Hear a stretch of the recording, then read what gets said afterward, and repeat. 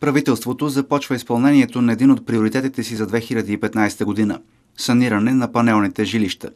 Програмата ще обхване 1 милион 123 хиляди апартамента в над 70 хиляди панелни и ЕПК блокове.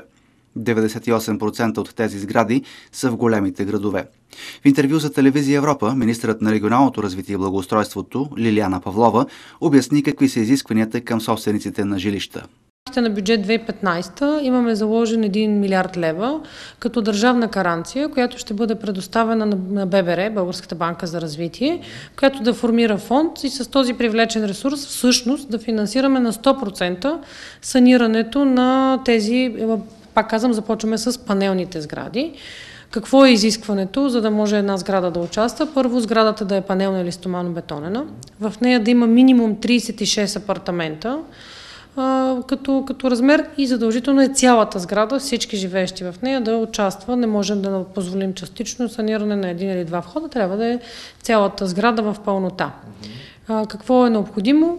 Етажната собственост, съгласно Закона за етажната собственост, да се събере и да вземе решение, че има желание да се включи в тази програма, да регистрира сдружение на собствениците със собствен ПУЛСТАТ, за да имаме все пак юридическо лице, което ще кандидатства, и то трябва да подаде съвсем стандартно заявление в готов формат към общината. След като общината одобри това заявление, ако сградата отговаря на тези изисквания, които казвам, съответно общината през това време, в началото на следващата година, трябва да проведе процедури и да избере изпълнители. И всъщност Сдружението на собствениците трябва да делегира на 100% правото общината да влезне и да направи необходимите ремонтни дейности.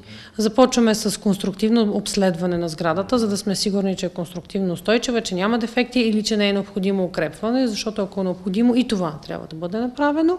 След това се прави един пълен енергиен одит, който да покаже какви точно мерки, каква дебелина на изолацията, трябва ли, какъв да е ремонта на покрив, на общи части, много важно ремонта на хоризонталните или подмяната на и вертикални щрангове.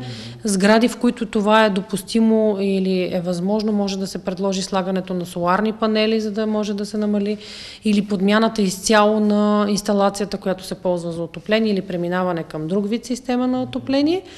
Като се направи това предписание, вече се избират изпълнител, който на принципа така наречения инженеринг или проектиране и изграждане и внедряване на тези мерки, те да бъдат реализирани.